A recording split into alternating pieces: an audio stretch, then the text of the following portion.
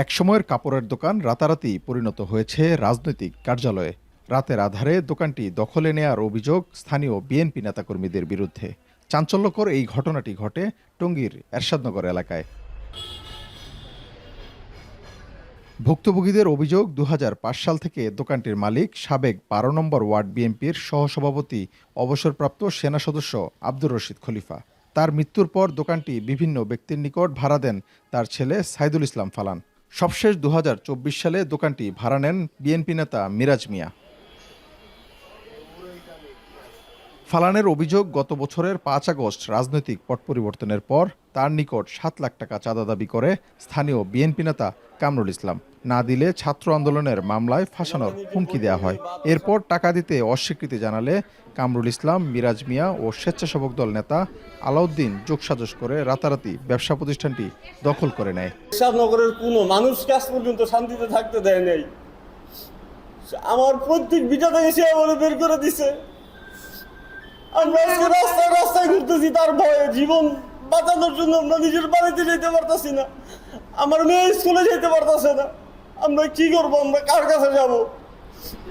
এই ঘটনার বিচার দাবিতে থানায় অভিযোগ জানালে বাধে আরেক বিপত্তি। দফায় দফায় বাড়িতে অস্ত্রের মহড়া ও হত্যার হুমকিতে ঘরছাড়া ফালানের পুরো পরিবার।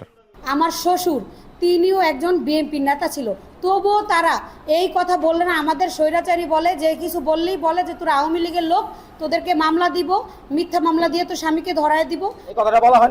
তবে অভিযোগ অস্বীকার করে অভিযুক্ত বিএনপি নেতারা বলছেন, আওয়ামী লীগ ক্ষমতায় থাকাকালে দোকানটি দখল করে নেয় রশিদ খলিফা। তবে এই অভিযোগের সত্যতা যাচাইয়ে কোনো প্রমাণ মেলেনি। এটা বৈধের মালিকই না, এটা তো পার্টির অফিসের জায়গা, সে দখল করে দোকান বানাইছে এবং সেই দোকান মিরাজের কাছে ডিট করে ভাড়া ছেড়ে। এই ডিটেরও তো কোনো মূল্য নাই। যদি দোকান দখলই করতে হতো, দোকান তো আমার দখলই ছিল, আমি ভাড়া চালাইছি তার কাছ থেকে। আমি নিজে ভুক্তভোগী। উনি আমাকে 6 মাস ঘুরাইছে, আমার অ্যাডভান্সের টাকা দিবে, উনি আমার অ্যাডভান্সের টাকা এখনো ফেরত দেয় নাই। আমি আইনগত ব্যবস্থা নিব। আমি থানায় একটা অভিযোগ করেছি। প্রকাশ্যে ব্যবসা প্রতিষ্ঠান দখলের এই ঘটনা ঘটলেও নিশ্চুপ প্রশাসন। ভূমি সংক্রান্ত বিরোধ মেটানো পুলিশের কাজ নয় জানিয়ে এই কর্মকর্তা বলছেন, তদন্ত করে নেওয়া হবে ব্যবস্থা। থানা পুলিশ অনুসন্ধান চালু রেখেছে এবং এই বিষয়ে তথ্য সংগ্রহ করা অব্যাহত রয়েছে। কোনো পক্ষে কিন্তু তাদের বরাদ্দপত্র বা এরকম কোনো মালিকানার সম্পর্কে কোনো যে বৈধ ডকুমেন্ট আমরা যেটা বুঝি, খাজনা রেকর্ড বা মিউটেশন, এই বিষয়ে কিন্তু তারা প্রদর্শন করতে পারেনি। এই জন্য একটু জটিলতা পরিস্থিতি তৈরি হয়েছে যে এই জায়গাটায় আসলে মূলত কার।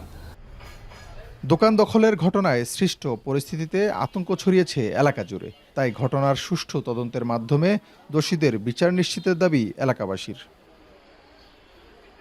ইফতেখার রায়হান, এখন, গাজীপুর।